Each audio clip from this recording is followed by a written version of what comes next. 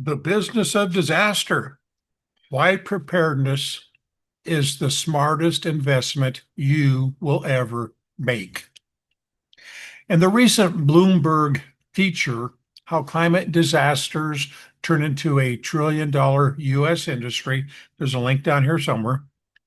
It paints a sobering picture about how the United States today spends nearly $1 trillion a year on disaster recovery. That's not prevention or resilience. It's not planning. It's not mitigation. It's fixing what's broken. So if you're a business owner or a family member or you own any property, it means one simple truth. The price of being unprepared has never been higher.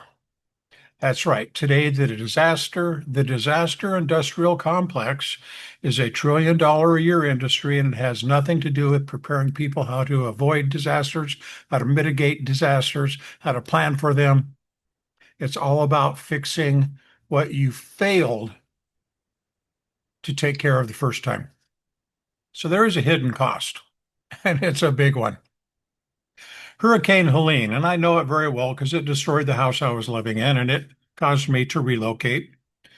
Now, up in Asheville, it wasn't just a natural disaster, it was an economic earthquake. Roads were out, power, water, communications all went down. Boom, boom, boom. And a particular business called High Wire Brewing faced hundreds of thousands of dollars in damages and months of lost income. Even with insurance, relief funds, and community aid, rebuilding came at an enormous emotional and financial cost. You need to let that sink in now before you have to deal with it later. It's going to cost something from somebody somewhere. Now, if you just multiply that one story by the thousands of businesses across every city hit by fire, floods, storms, what have you, the real disaster industrial complex is a $1 trillion economy of rebuilding what could have been protected in the first place for a fraction of the cost. Let that sink in, all you little bean counters out there. You want to save some beans? Spend them now before you have to spend them later. So being prepared is the new profitability. That's right. In Bloomberg's research, they highlight that 36% of the U.S. gross national product growth since 2000 has been tied into disaster recovery and climate adaptation.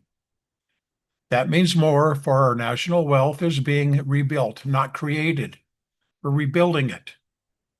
For local businesses, this is also a red flag and an opportunity.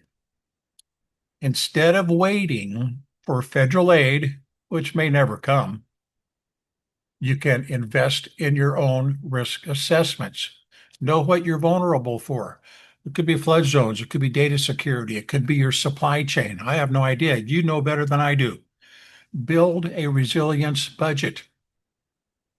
Yes, set aside operational funds for continuity planning, backup systems, and staff training. That's right. You got to train your staff. If no one knows what to do, they're not going to be able to do it.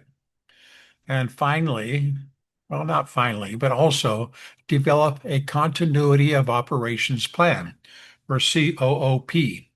So that way your business can serve when others cannot. Now, keep in mind, preparedness is not just a defensive mood. It's a competitive advantage. When businesses that plan ahead not only survive, they become an anchor to their community when disasters strike. So what do you want to be remembered as?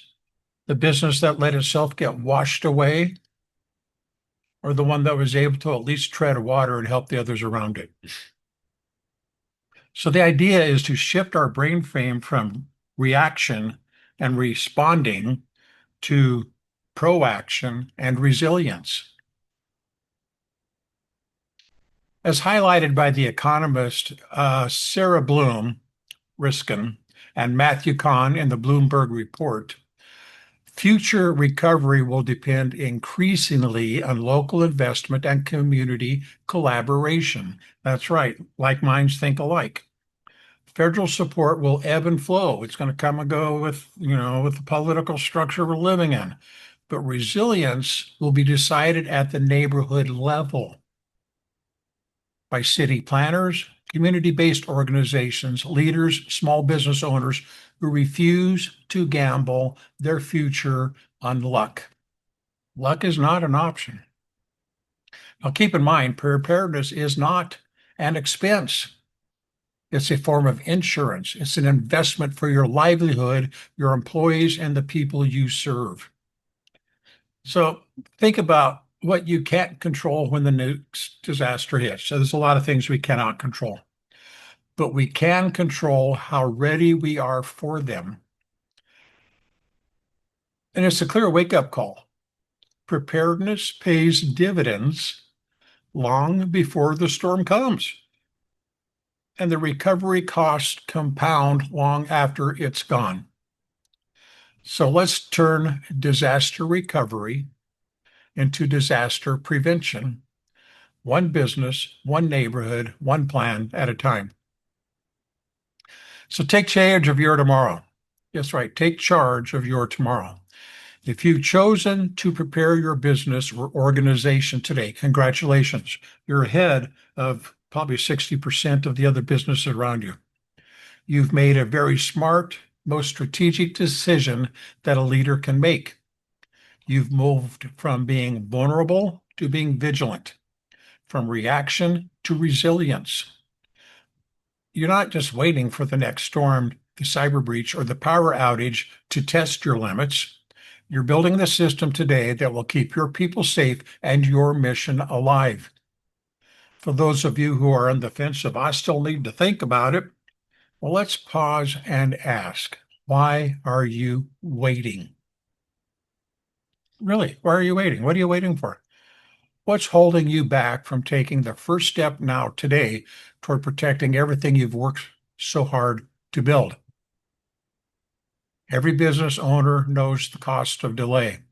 And when it comes to disasters, whether they're natural, technological, or human-made, delay can mean the difference between a recovery and, yeah, I used to have a business, I don't anymore. And you don't have to do it alone.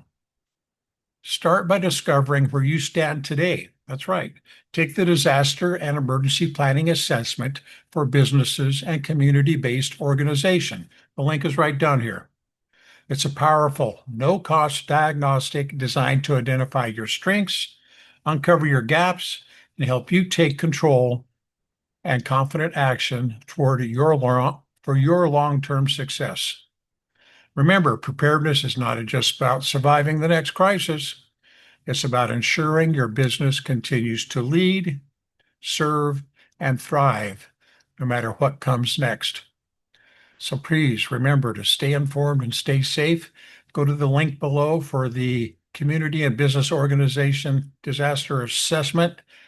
Take the assessment. It's simple, it's free. It'll tell you exactly where you stand. This is Daniel. Till next time, please stay informed and stay safe.